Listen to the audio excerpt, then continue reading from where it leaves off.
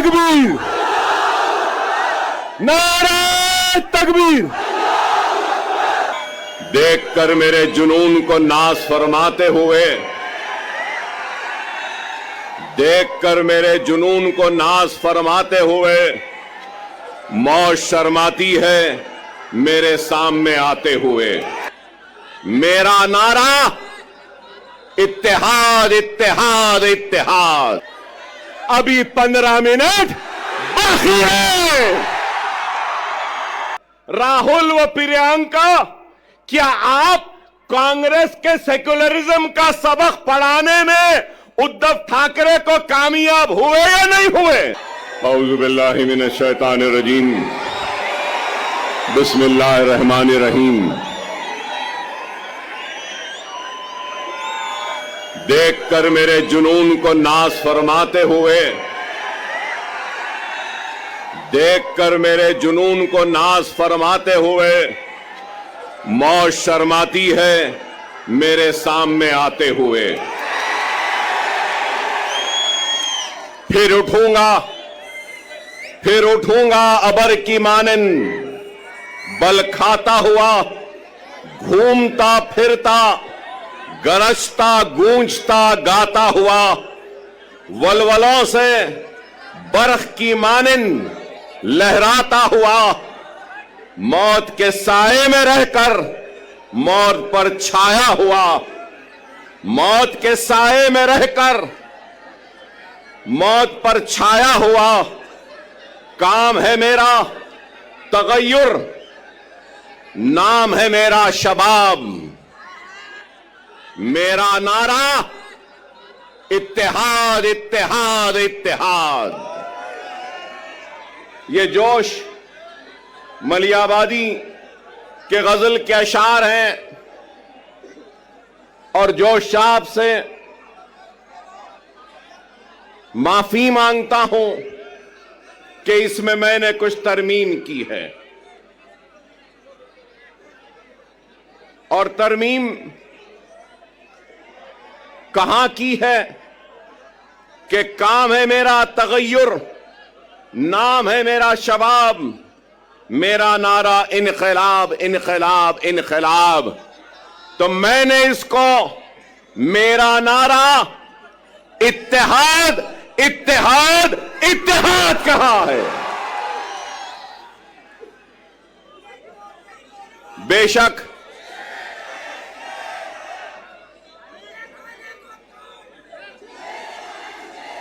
माफ करना, मुझे यह नारा पसंद नहीं। मैं शेर नहीं हूं, मैं मोहम्मद मुस्तफा सल्लल्लाहु अलैहि वसल्लम का गुलामों के गुलामों के गुलामों के गुलामों के गुलामों के जूतियों का दूल हूं। मैं शेर ना हूं, ना मुझे शेर बनना है। 10 साल पहले भी अगर महाराष्ट्र का रुख किया था तो आपको शेर बनाने के लिए रुख किया था। क्या शेर बनना है? शेर बनना है आसान सा है। नमाज के पाबंद बन जाओ, कुरान को तर्जुमे से पढ़ो, सुन्नत रसूलुल्लाह को अपने जिंदगी का हिस्सा बना लो, यतीमों के सर पर हाथ रखो, बेवाओं की मदद करो, जुल्म के खिलाफ आवाज बुलंद करो और दुनिया तुम्हें शेर कह के पुकारेगी। आसान। 10 साल पहले भी अगर आपके दरमियान में आया था तो इत्तेहाद के पैगाम को लेकर आया था। उस इत्तेहाद के जरिए नाइंसाफियों को इंसाफ में बदलना चाहता था, हक तलफी को हक में तब्दील करना चाहता था, नाइंसाफी को इंसाफ में बदलना चाहता था, और हमारे वजूद के जरिए हमको खत्म करने वालों को यह पैगाम देना चाहता था कि यह मुल्क जितना माथे पे तिलक लगाने वाले का है, सर पे पगड़ी बांधने वाले का है, उतना ही यह मुल्क चेहरे पे दाढ़ी रखने और सर पे टोपी पहनने वाले का भी है। यही पैगाम था और यही कोशिश थी जिसको लेकर हम आगे बढ़े थे 2014 में। और उस 2014 में महाराष्ट्र के 18,000 किलोमीटर का फासला मैंने अपनी गाड़ी में तय किया था, अपनी जान को हथेली में रखकर। डराया गया, धमकाया गया, लेकिन न डरे न घबराए, बेखौफ होकर बेबाकी के साथ इज़ारे हक को बयान किया और सिर्फ आपसे अगर इल्तिजा की, आपसे दरखास्त की और आपसे अगर गुजारिश की तो सिर्फ और सिर्फ इत्तेहाद, इत्तेहाद और इत्तेहाद कहा। मैं ये भी याद दिलाऊं कि अकबरुद्दीन ओवैसी 10 साल पहले भी अगर आया था तो इत्तेहाद के लिए आवाज को उठाई थी, दरखास्त की थी, तो अपने इस शेरवानी के दामन को फैलाकर अपने कलमगो भाइयों के सामने एक इत्तेहाद का भिखारी बनकर अपनी शेरवानी के इस टुकड़े को आगे बढ़ाया था और यही कहा था कि ये इत्तेहाद का भिखारी आया है, तुम अपने इत्तेहाद की खैरात मेरे दामन में डाल दो।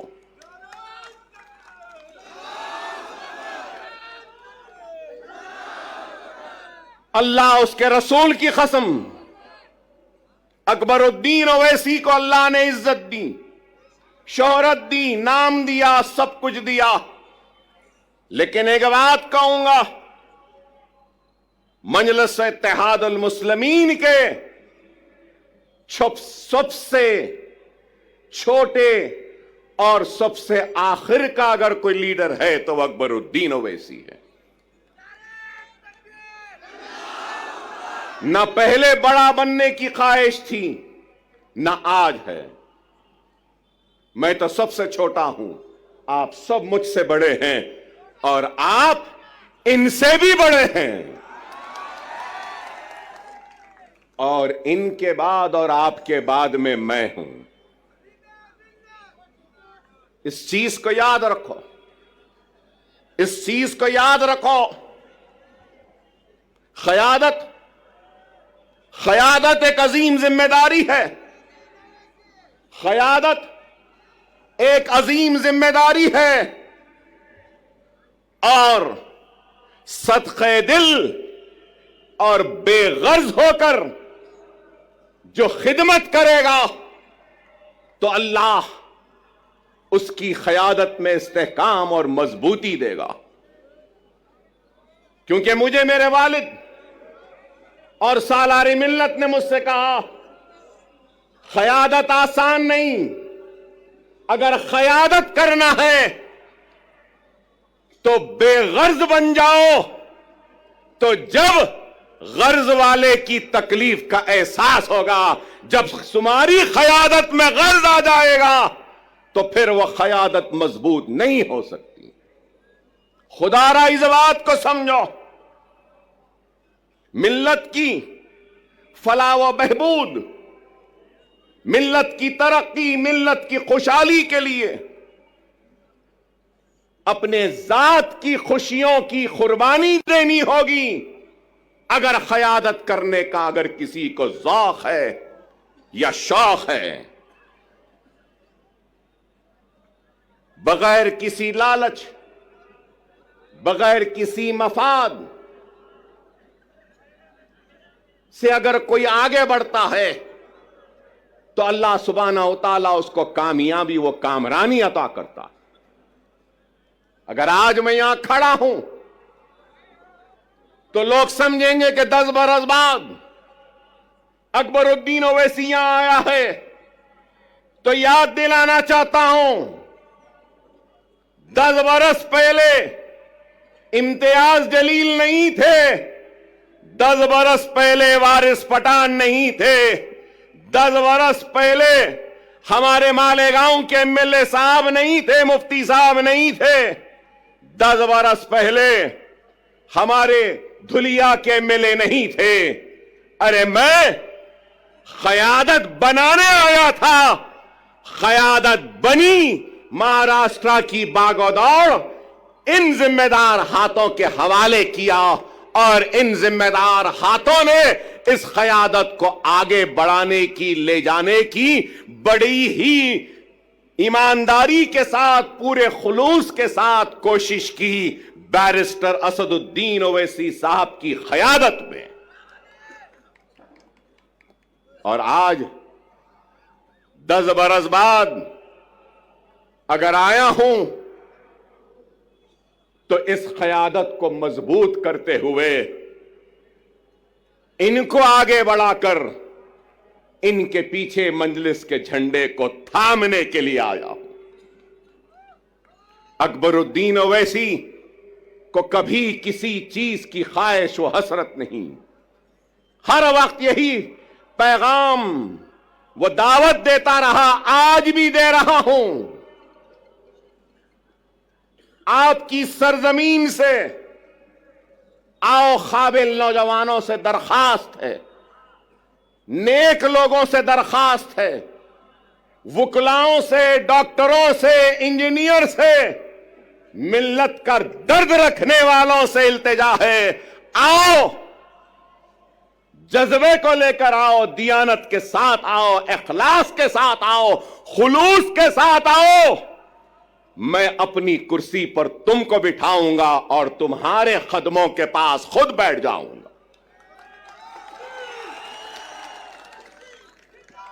जमाती जिंदगी में शख्सियतों की अहमियत नहीं होती, याद रखो। शख्सियतें आती रहेंगी, जाती रहेंगी, जमात कायम व दायम रहेगी। जमात की अहमियत है, अकबरुद्दीन ओवैसी की भी अहमियत नहीं है, जमात की अहमियत है और ये इत्तेहाद की अहमियत है। अगर ये इत्तेहाद है, जमात है, तो यकीन मानो हम शेर हैं। अगर ये इत्तेहाद नहीं, जमात नहीं, तो फिर कुछ भी नहीं। खुदारा समझो, आज इंतखाबात का वक्त है। इंतखाबी मैदान में कई जमातें हैं, हजारों जमातें मैं कहूंगा, और शायद मैं गलत ना हूं तो विड्रॉल के बाद करीब 4000 से जायद उम्मीदवार अपनी किस्मत आजमा रहे हैं। 4000 से जायद बेशुमार जमातें। 10 साल पहले बीजेपी थी, शिवसेना थी और राष्ट्रवादी कांग्रेस थी, कहीं पर समाजवादी पार्टी भी थी। लेकिन आज कांग्रेस है, 2 एनसीपी है, पवार एनसीपी, शरद पवार, अजित पवार एनसीपी, 2 शिवसेना है, शिंदे सेना, ठाकरे सेना। अरे आप अंदाजा लगाइए कितनी पार्टियां हो गई। मेरा एक ही सवाल है, मेरा एक ही सवाल है, हिंदुत्व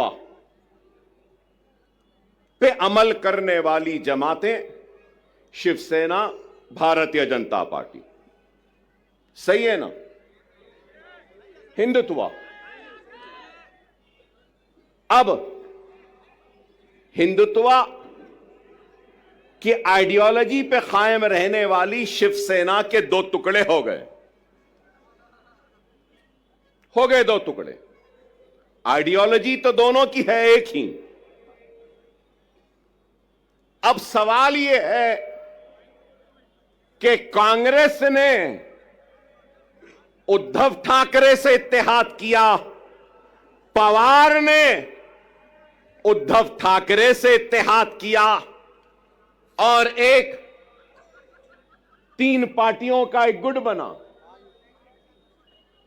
तो मैं ये पूछना चाहता हूं, उद्धव ठाकरे जी, क्या आप हिंदुत्व का सबक राहुल और प्रियंका गांधी को पढ़ाने में कामयाब हो गए या नहीं हुए? मेरा सवाल है, राहुल व प्रियंका, क्या आप कांग्रेस के सेक्युलरिज्म का सबक पढ़ाने में उद्धव ठाकरे को कामयाब हुए या नहीं हुए?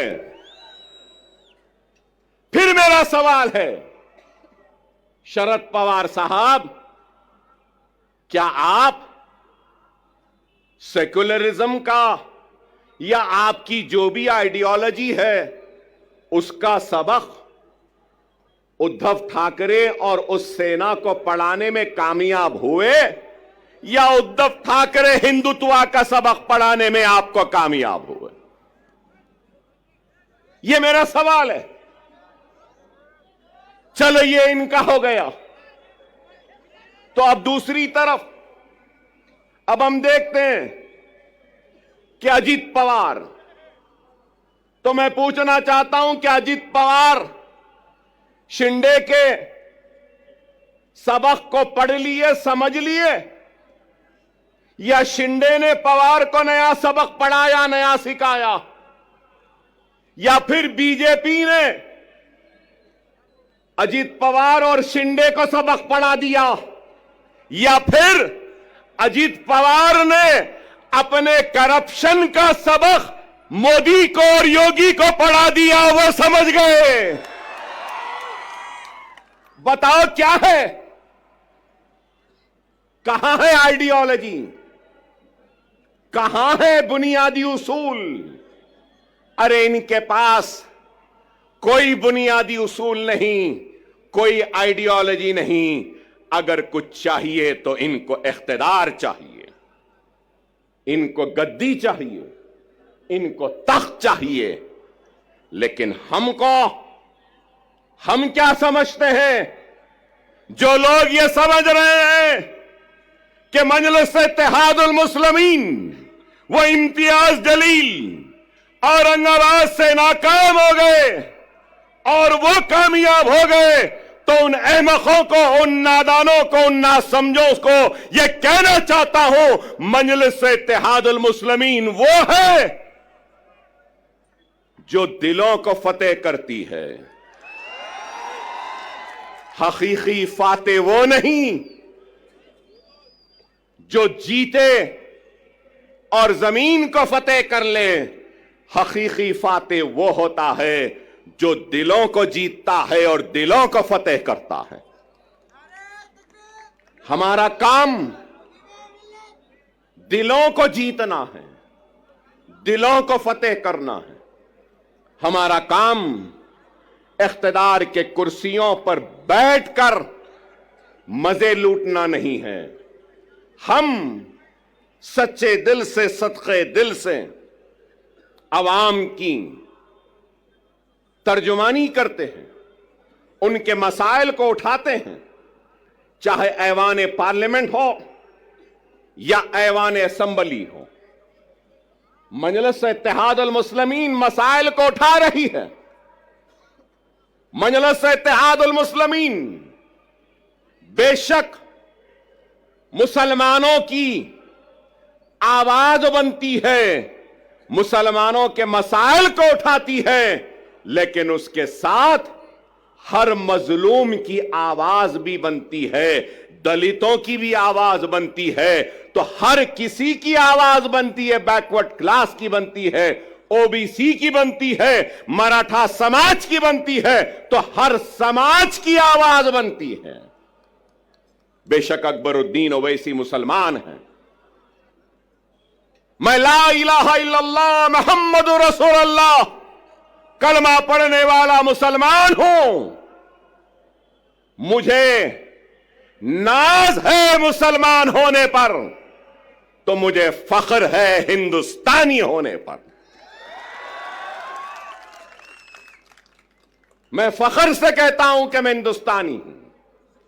हम हर एक के मसाइल उठाते, यहां पे बैठे हमारे दलित समाज के लोग हैं, दूसरे समाज के लोग हैं, बैकवर्ड क्लासेस के हैं, मुसलमान भी हैं, हर कोई है।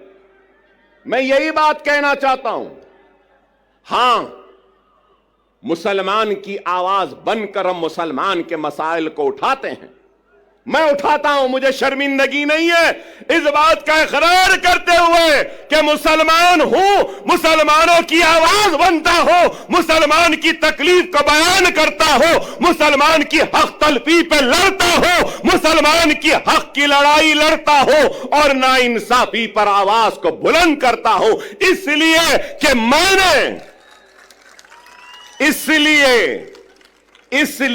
मैंने दस्तूर पर हल्फ लिया है, बहैसियत रुकने असेंबली अवामी नुमाइंदे मेरी जिम्मेदारी है कि मैं सबसे पीछे वाले को आगे लाऊं, पिछड़े हुए को ताकत दूं, कमजोर को कुव्वत दूं और जो आखिरी में है उसको आगे बढ़ाऊं। क्या लीडर की यह जिम्मेदारी नहीं? क्या कोई ये इस बात से इनकार कर सकेगा कि हिंदुस्तान की सबसे बड़ी अक़लियत मुसलमान रोजी रोटी, कपड़ा, मकान, तालीम, खुशहाली में सबसे पीछे है? और आज हमारी कोशिश वो पीछे जो मुसलमान है उसको आगे लाएं, हमारी कोशिश वो पिछड़ा हुआ मुसलमान उसको आगे लाएं। अल्लाह उसके रसूल की कसम, जब मुसलमान आगे आ जाएगा तो अगर पीछे ब्राह्मण रहेगा तो उस ब्राह्मण को भी आगे लाने का काम हम करेंगे, क्योंकि हमने दस्तूर पे हलफ लिया है पिछड़ों को, कमजोरों को आगे बढ़ाना हमारी जिम्मेदारी है। यह हमारी सोच है। लेकिन हमारी सोच को मीडिया हाउसेस, अभी इम्तियाज जलील साहब ने मुझसे कहा कि इनके साथ साथ वो आपके दोस्त आए हैं, तो ये हमारे दोस्त हमको बताते हैं कि हम कम्युनल हैं, हमको बताते हैं कि हम भड़काऊ भाषण देते हैं। भड़काऊ नहीं देते, हम हक बयान करते हैं। वो अलग बात है कि हमारी हक बयानी का जवाब इनके पास नहीं होता तो उसको भड़काऊ बना देते हैं।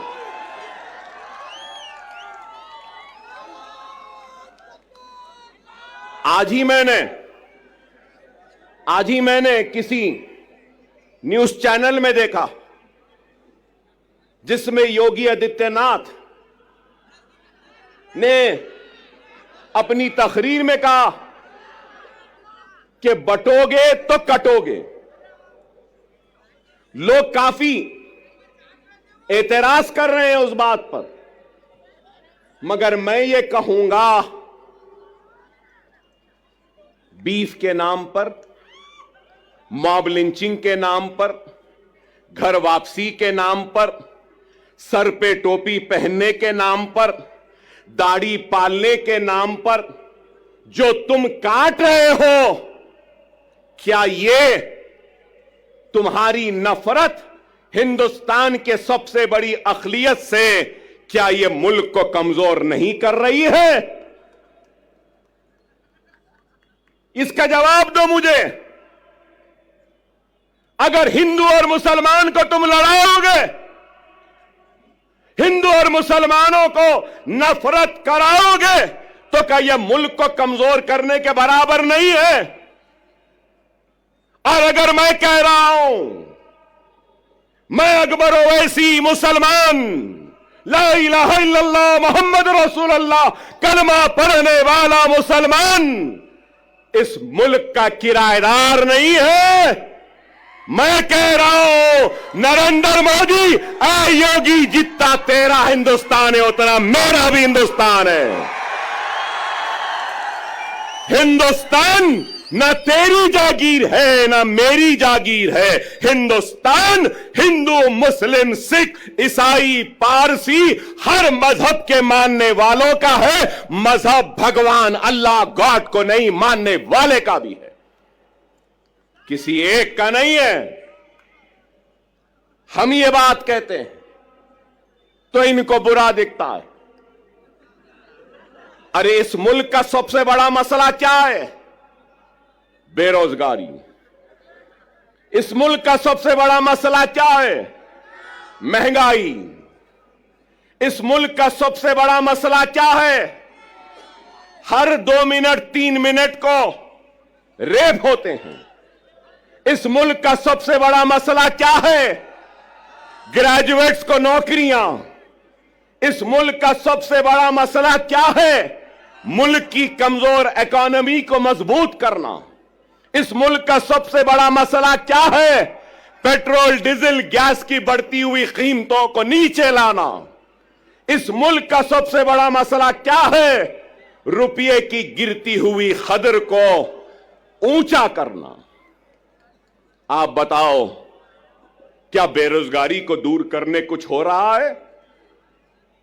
महंगाई को दूर करने कुछ हो रहा है?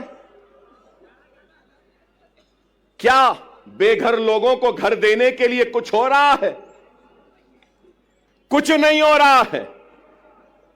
सिर्फ इस मुल्क को मजहब के नाम पर बांटने की बात कर रहे हैं। योगी की तकरीर को मैंने सुना, बटोगे तो कटोगे कहां? उसके बाद कहा कि जात पात की सियासत।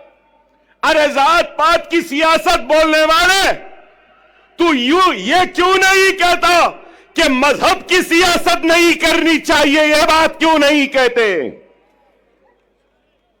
ये तो मजहब की सियासत करेंगे, नफरत के बीज को बोते जाएंगे, असल मसाइल से तवज्जो हटाते रहेंगे।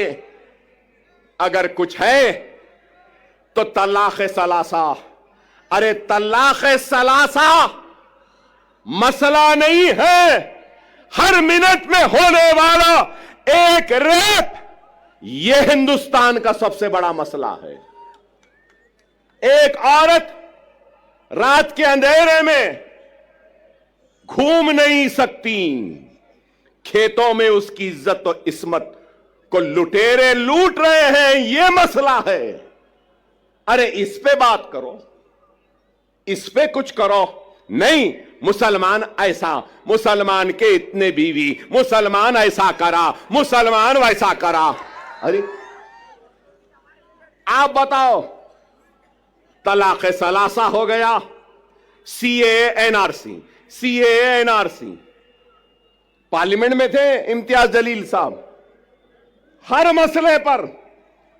अरे आप बताओ, आज मैं यहां खड़े होकर कह रहा हूं, जिम्मेदारी के साथ कह रहा हूं, मजलिस इत्तेहाद अल मुस्लिमीन के एक जिम्मेदार लीडर की हैसियत से कह रहा हूं और यह ऐलान कर रहा हूं कि मराठा समाज के लिए जो रिजर्वेशन की तहरीक चला रहे हैं, उनके लीडर, मैं उनसे कहूंगा, हमारा पूरा साथ आपके साथ है, हमारा पूरा ताउन आपके साथ है। हम पूरी कोशिश करेंगे, मगर उसके साथ ही साथ मैं ये भी कहूंगा, इत्तेहाद होता है ना, तो इत्तेहाद बैनुल मजलूमीन होना चाहिए। इत्तेहाद बैनुल मजलूमीन होना चाहिए। हिंदुस्तान में जुल्म का शिकार अगर कोई है तो वो मुसलमान है। हिंदुस्तान में जुल्म का शिकार अगर कोई है तो वो दलित है। हिंदुस्तान में जुल्म का शिकार अगर कोई है तो वो पसमानदा तबकात है। चलो आओ, मराठा, दलित और मुसलमान इत्तेहादुल बैनुल मजलूमीन बन जाते हैं और अपने जुल्म के खिलाफ आवाज को बुलंद करते हैं।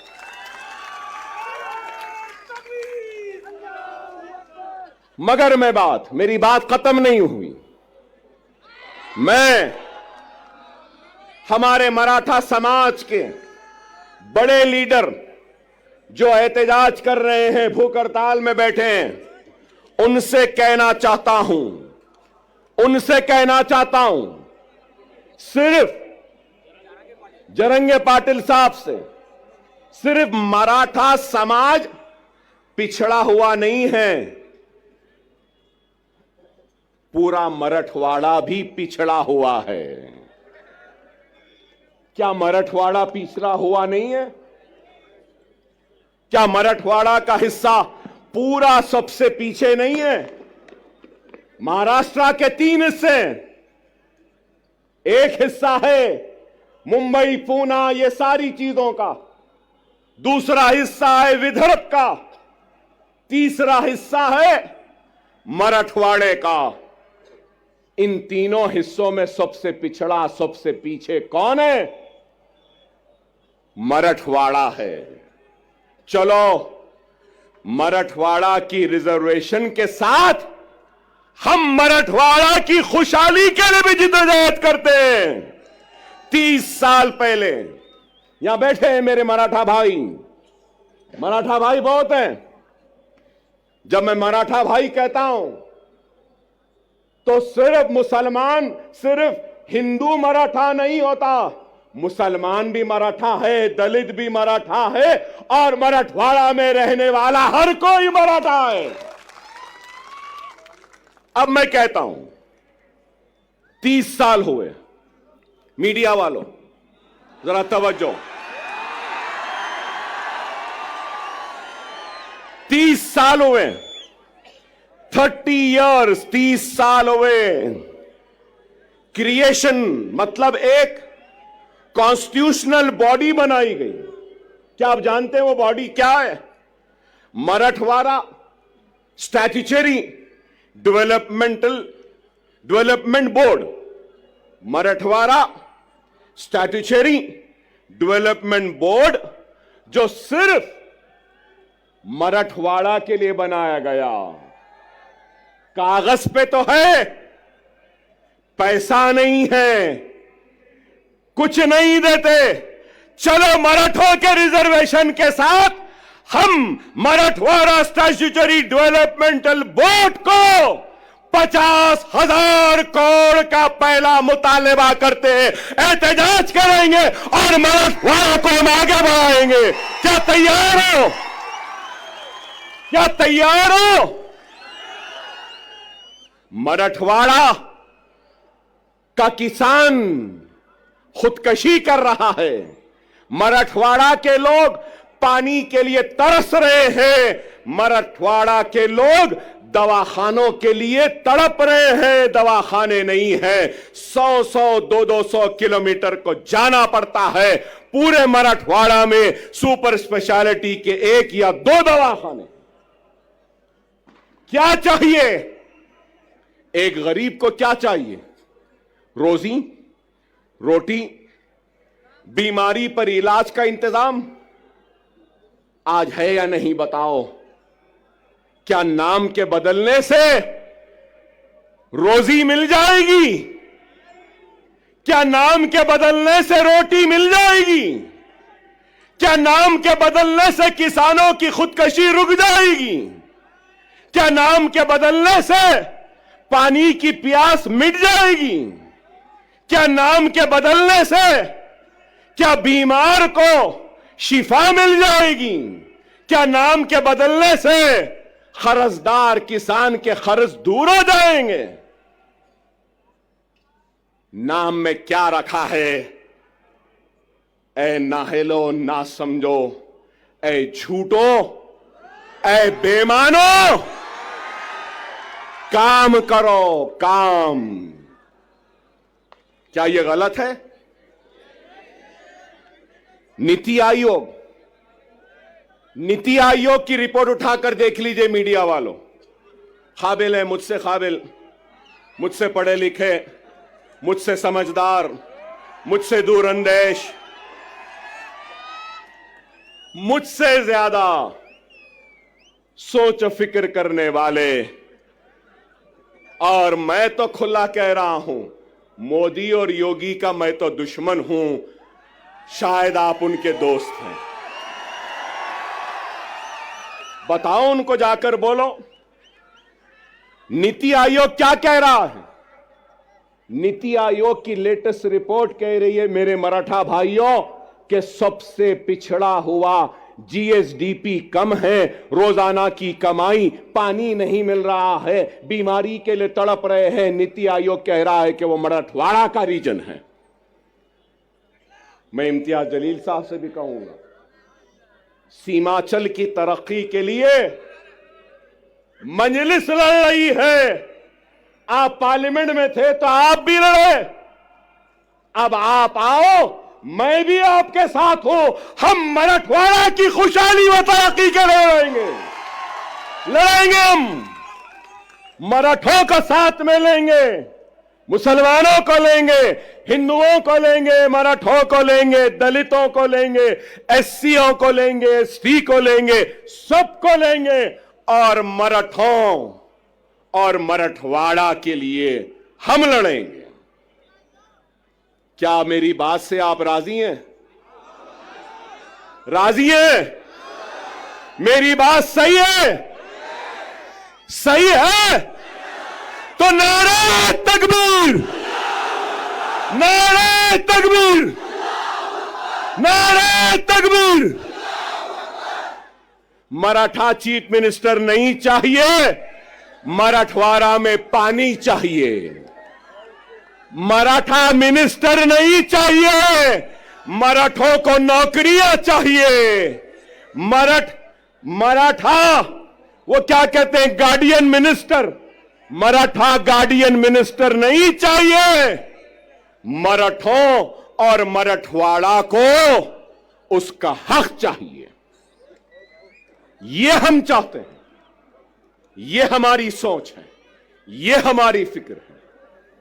मैंने आपसे पहले भी कहा कि क्या उद्धव ठाकरे अपना सबक पढ़ाने में कामयाब हो गए, या नेहरू गांधी खानदान अपना सबक पढ़ाने में कामयाब हो गए? मेरी इस बात को याद रख लो, अपने वोट की अहमियत को समझो। यहां मौजूद सारे लोगों से कहूंगा कि जमहूरियत के जश्न, ये इलेक्शन में तुम्हारी सबसे बड़ी अगर कोई ताकत है तो याद रखो, वो तुम्हारा वोट है। वोट का सही इस्तेमाल करो।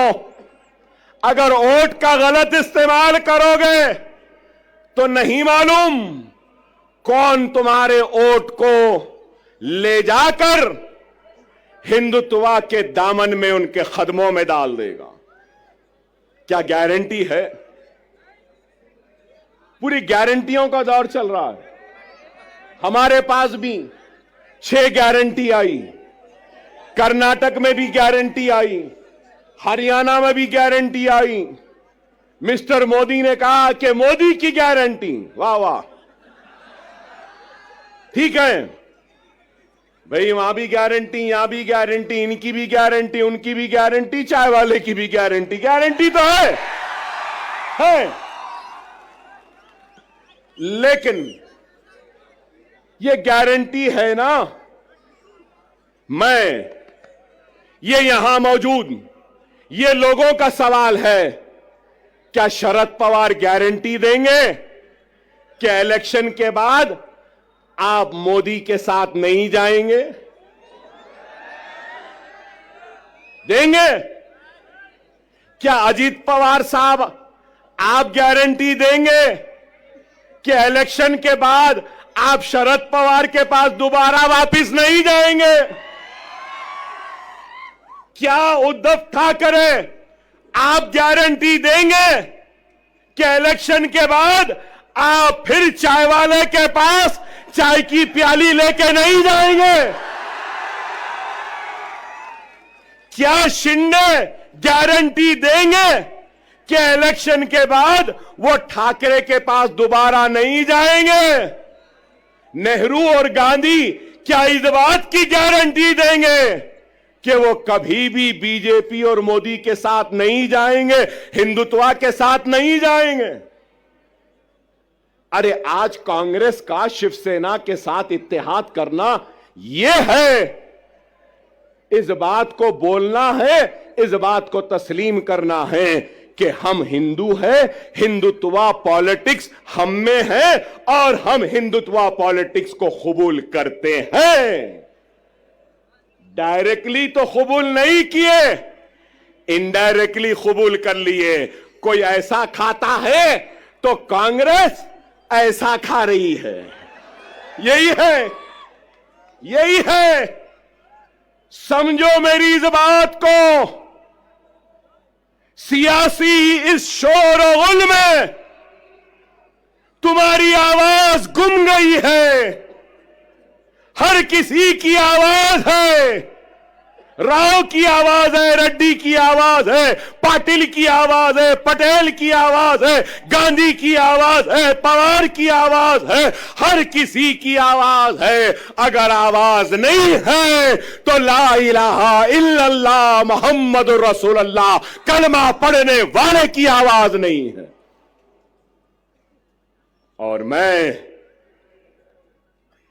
इस सियासी शोर गुल में नारे तकबीर अल्लाह अकबर की आवाज को फिजाओं में गुंजाने के लिए, जोरदार नारा लगाने के लिए आया हूं। अपनी जात के लिए नहीं आया हूं। मैं तुम्हारी इज्जत के लिए आया हूं, तुम्हारे वक़ार के लिए आया हूं, तुम्हारे वजूद का एहसास दिलाने के लिए आया हूं कि हम जिंदा हैं, हम मुर्दा कौम नहीं है। तुम जिंदा कौम हो। अगर तुम जिंदा कौम हो तो उठो, उठो, एक मरकज़े सियासी पे जमा हो जाओ। उठो और एक हो जाओ। अगर तुम एक नहीं होंगे तो याद रख लो तुम्हारा वजूद खतरे में है। यही जोश, यही वलवला, यही उठना 20 तारीख के दिन है। उठोगे ना? उठोगे ना?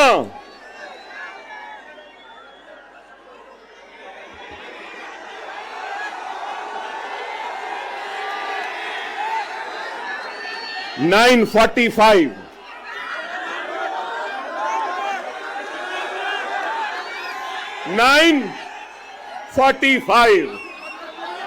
कैंपेनिंग का टाइम 10 बजे। अभी 15 मिनट बाकी है।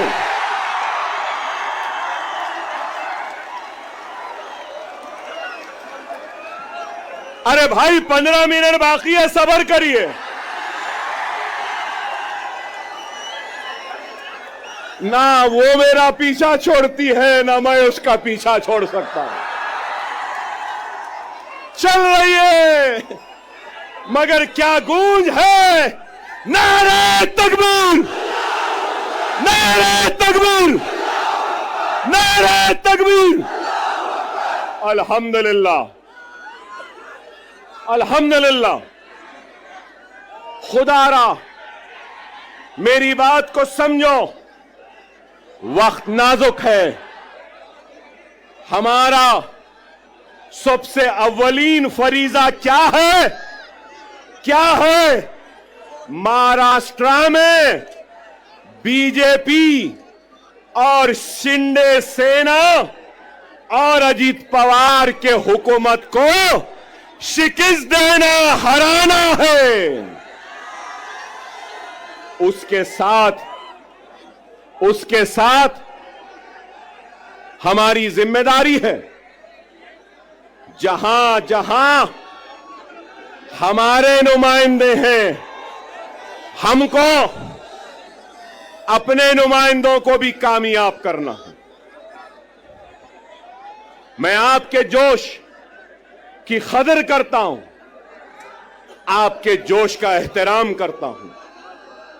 याद रखो, वो कौम जिसके पास सिर्फ जोश है और होश नहीं, तो वो कौम कामयाब नहीं होती।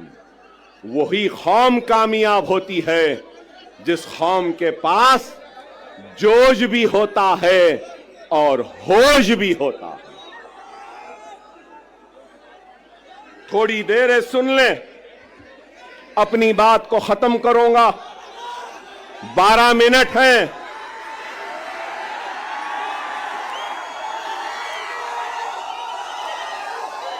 सब्र से सुने,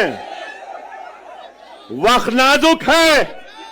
मेरा पैगाम है तुमसे कि हिंदुस्तान के तुम किराएदार नहीं, तुम हिंदुस्तान के बराबर के शहरी हो और तुम्हारे हक की लड़ाई लड़ने के लिए आया हो। तुम्हारा ताउन चाहिए, तुम्हारी दुआएं चाहिए, तुम्हारा साथ चाहिए, तुम्हारा जोश साथ चाहिए, तुम्हारा होश चाहिए। क्या ताउन दोगे? क्या तुम्हारी ताकत दोगे? क्या तुम्हारा इत्तेहाद दोगे? अगर मैं आज इस आवाम से इत्तेहाद की अपील कर रहा हूं,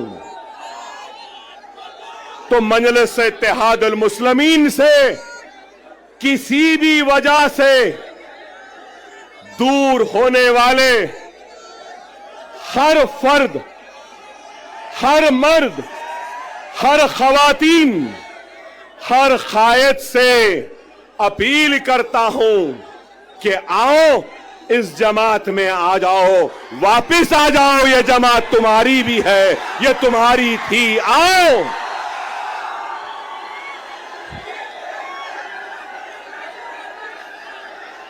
हर वो शख्स, हर वो मजलिस का चाहने वाला किसी वजह से नाराज है, किसी वजह से दूर है, तो अकबरुद्दीन ओवैसी यहां खड़े होकर अपनी जमात और अपने इन कायदीन की तरफ से मैं माफी चाहता हूं, मगर ये कहना चाहता हूं कि खुदारा अपनी जात के लिए, अपने खुद के नफ्स के लिए जमात को कमजोर न करो। मैं नहीं रहूंगा, तुम नहीं रहोगे, लेकिन जमात कायम व दायम रहेगी। खुदारा, खुदारा आओ, हम अपने कुर्सियां तुमको देने तैयार। बहुत से उलमा, मशाइखीन, वुकला, डॉक्टर्स, इंजीनियर, रोजमर्रा की मजदूरी करने वाला एक मजदूर या कोई भी मेरा भाई, कलमागो भाई जो मुझसे नाराज है, मैं उससे अपील करता हूं कि आ जाओ। ये वक्त है, ये वक्त है 2 मिनट की खामोशी।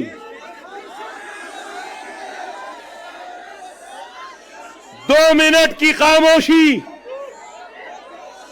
मेरी बात को सुन लो।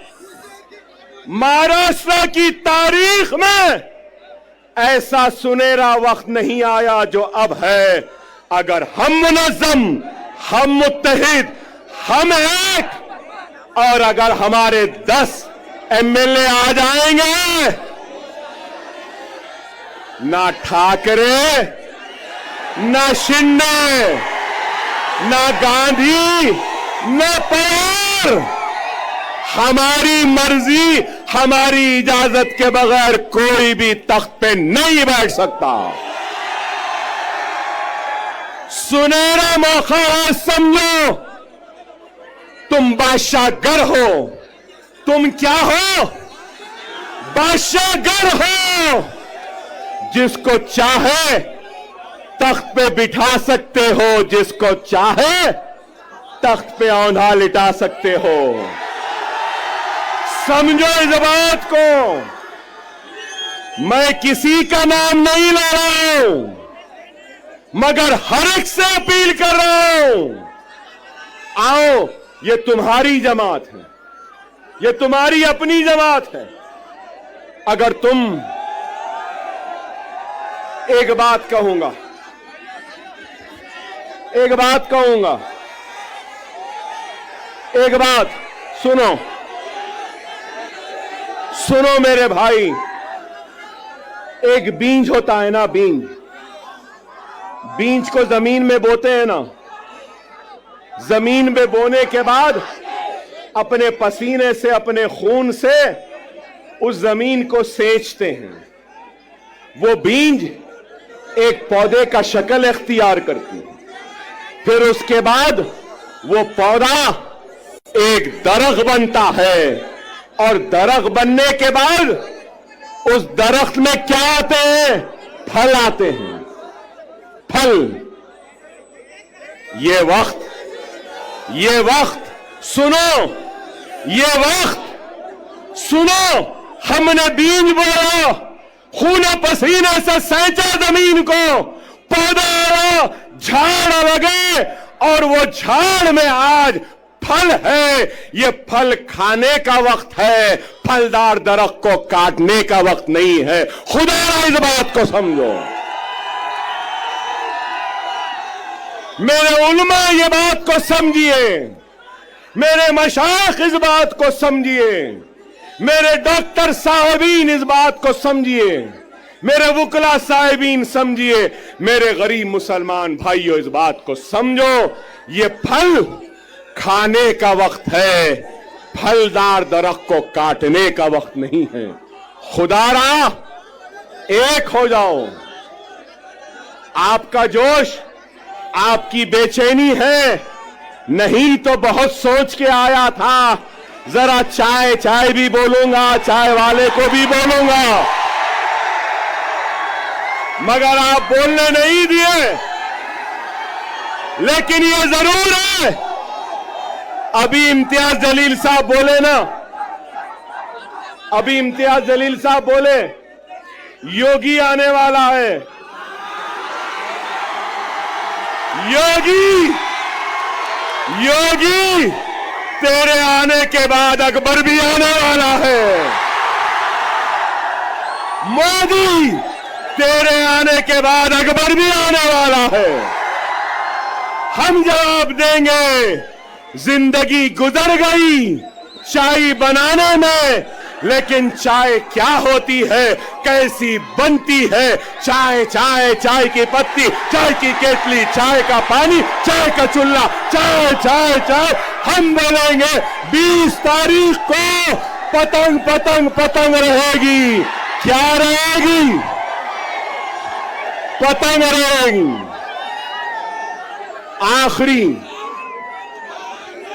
आखिरी अहम बात, आखिरी अहम बात, 10 साल के बाद आया था, अल्हम्दुलिल्लाह जोश तो आज भी है बाकी।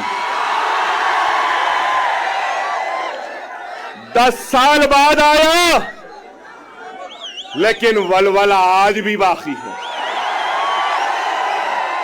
10 साल बाद आया, मगर तुम्हारे जोश ने मुझे और जवान बना दिया। वादा है, वादा है, महाराष्ट्र की सियासत में इम्तियाज जलील और दूसरों के साथ अकबरुद्दीन ओवैसी भी अब खांधे से खांधा मिलाकर खड़ा रहेगा। औरंगाबाद हो, नांदेड़ हो, उस्मानाबाद हो या शोलापुर हो या मुंबई हो, अब अकबरुद्दीन ओवैसी आता रहेगा, जाता रहेगा, हर ओर पर नजर डालेगा। जिंदगी में मैंने कभी भी वोट नहीं मांगा। मैं 6 इलेक्शन जीत गया। कितने? 6। अब 30 बरस होते हैं। मगर आपसे कहूंगा, आप इस इलेक्शन में मजलिस के साथ साथ इम्तियाज जलील और नासिर साहब के साथ साथ और हमारे दलित भाई के साथ साथ आप अपना वोट अकबर ओवैसी को भी दे रहे हो। आपकी हर तकलीफ में अकबर ओवैसी आएगा, आपके हर दुख में आएगा, आपके साथ रहेगा। इंशाअल्लाह ताला हम 20 तारीख